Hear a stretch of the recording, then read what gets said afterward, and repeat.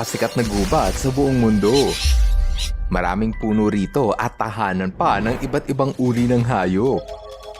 Kung hinahanap mo ang Amazon Forest, andito siya sa hilagang parte ng South America. Yun nga lang, naging kilabot ang hatid ng lugar na ito sa maraming tao. Yan ay dahil sa mga kwento-kwento na may mga halimaw na nagtatago rito. Gaya na lamang ng higanting gagamba at ang pinakasikat na alamat ng anaconda. Ngunit totoo nga ba ang lahat ng kwentong ito?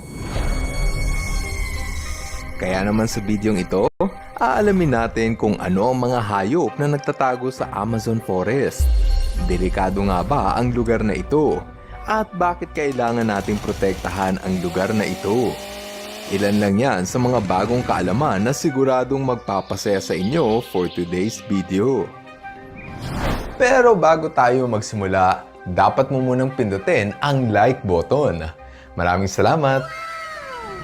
Upang mas kilalanin ang paraisong Amazon Forest, dapat nating malaman kung gaano kalaki ang lugar na ito. May lawak lang naman ito na 7 million square kilometers. Ibig sabihin, ang lugar na ito ay 20 beses na mas malaki pa sa kabuuan ng Pilipinas. Sa sobrang lawak ng Amazon, sinakop na nito ang espasyo ng 9 na bansa, habang ang Brazil ang may pinakamalawak na parte ng Amazon. Dahil dyan, hindi maitatanggi na ito talaga ang pinakamalawak na gubat sa buong mundo. Ang susunod nating pag-uusapan ay ang mga hayop na andito nananahan. Totoo na andito may kita ang anaconda na humahaba ng 25 talampakan. Pero isa lamang fake news ang kumakalat na balita na kumakain ito ng tao. Mapayapa itong hayop at mas gusto pa nito ang lumayo sa tuwing may tao. Totoo rin na andito makikita ang pinakamalaking gagamba gaya ng bird-eating tarantula. Pero hindi totoo na lumalaki ito gaya ng halimaw sa mga pelikula. Lumalaki lamang ito ng 5 pulgada, halos kasing lapad ng pinggan. Ang sahig kasi ng gubat ay hitik sa iba't ibang uri ng insekto at ito ang paboritong kainin ng mga tarantula. Kesa kumain ng tao at maghasik ng takot, ang mga gagamba rito ay mas gusto pa ang magtago sa mga patay na dahon. Nagkaalat kasi rito ang mga natutuyong dahon at nabubulok na kahoy na pawang paboritong tirahan ng mga gagamba.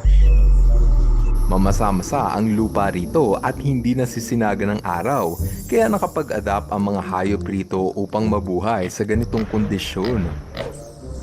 Ang tawag sa sahig ng gubat ay undergrowth layer. Ang undergrowth layer ay ang parte ng gubat na hindi masyadong naaarawan at natatakpan ng puno.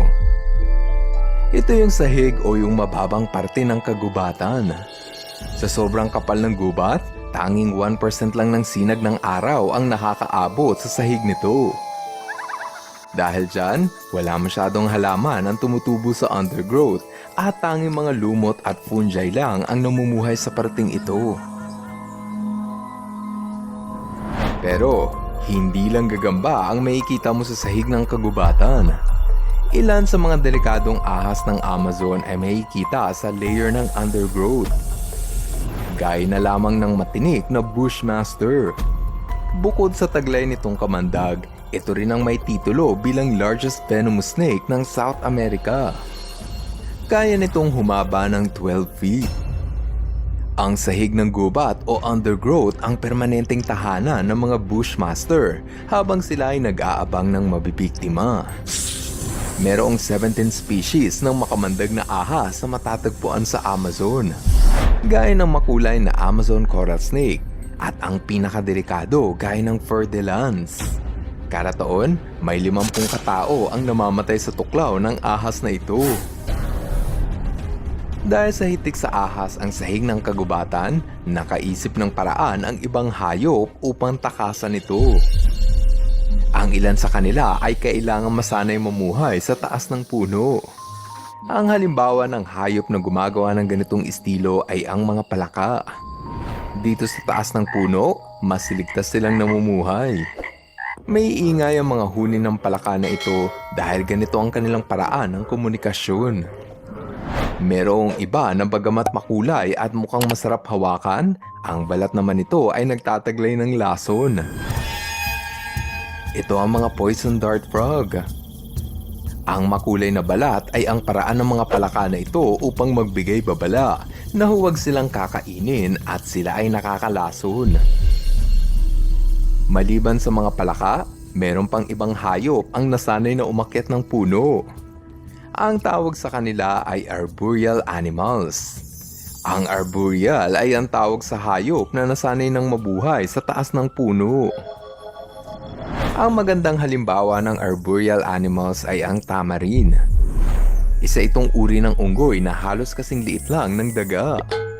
Madali mo silang makikilala dahil sa kanilang makukulay na buhok at mga cute na mukha. Alam nila na maraming kalaban sa ibaba ng gubat, kaya andirito sila sa taas ng puno upang makaiwas sa mga gutom na predator. Mas madali kasi silang nakapagtatago sa mga puno. Sa sobrang lawak ng Amazon, nag-evolve ang mga tamarin ng higit sa 45 species. Merong iba na may bigote gaya ng emperor tamarin. Ang iba naman ay may kakaibang kulay gaya ng pied tamarin. Kahit ano pa man ang kanilang itsura, ang mga tamarin ang isa sa pinaka-nakamamanghang hayop ng Amazon forest. Siyempre, kung may mga hayop na naninirahan sa taas ng puno, siguradong may predator na mahusay ding umakyat ng puno. Ang magandang halimbawa nito ay ang margay. Kahawig nito ang pusang maral ng Pilipinas. Isa ito sa pinakamaliit na species ng pusa, ngunit isa ito sa pinakamatinik na hunter. Madalas itong tinatawag na monkey cat dahil kasing husay nito ang unggoy sa pag-akyat ng puno. Dahil sa kanilang talento, walang takas sa kanila ang paborito nilang kainin na tamarin. Maliban sa margay, napakarami pang pusa na matatagpuan sa Amazon. Nariyan ang pinakamabangis at ubod ng laki na jaguar. Ito naman ang pinaliit na version ng jaguar, ang ocelot. Silang tatlo ang bumubuo sa grupo ng mga pusa na kinatatakutan ng maliliit na hayop sa Amazon. Lingid sa inyong kaalaman, ang gubat ay nahahati sa iba't ibang parte o yung tinatawag na layers. Undergrowth layers ang tawag sa pinakailalim o yung pinakasahig ng gubat. Nariyan mo makikita ang mga gagamba at ahas. Ang susunod na layer ay ang understory sa taas na 55 feet. Nariyan ang mga tamarin, palaka at margay at ito ang parte ng gubat na may pinakamaraming hayop na namumuhay. Ang susunod ay ang canopy layer at emergent layer. Narito ang mga samot-saring hayop na hindi mo makikita sa